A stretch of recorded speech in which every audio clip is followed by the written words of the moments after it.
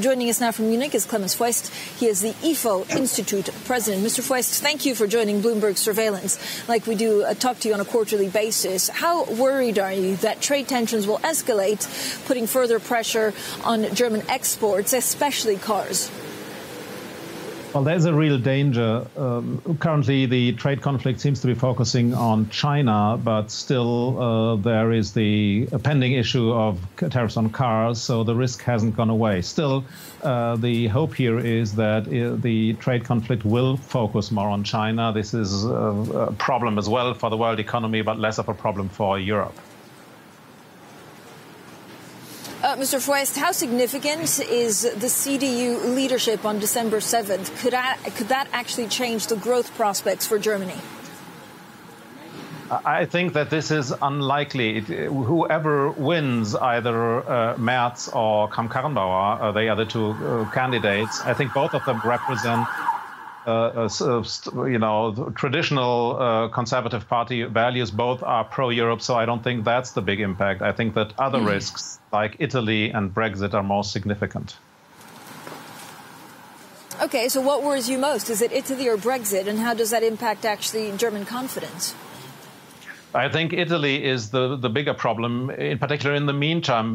Brexit is more of a short-term issue. So if the Commons reject the deal, that would be a problem, and that would be a further shock. But in the meantime, I think Italy is the greater problem. If Italy ends up in a financial crisis, that could be a big thing, a big problem for the Eurozone and the whole of Europe.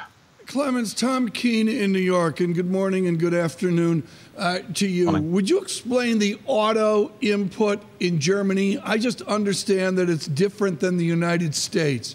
Tell me about the auto dynamic within the Ifo survey.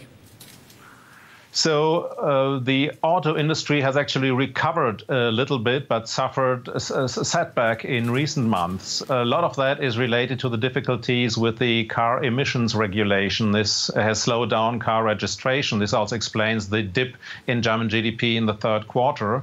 This is a transitory issue. The bigger problem is the whole debate about the diesel crisis, the whole debate about electromobility. There are question marks over the future of maybe not the big car companies in Germany, but jobs in Germany. Most of the jobs we have in Germany currently in the car industry are related to the combustion engine.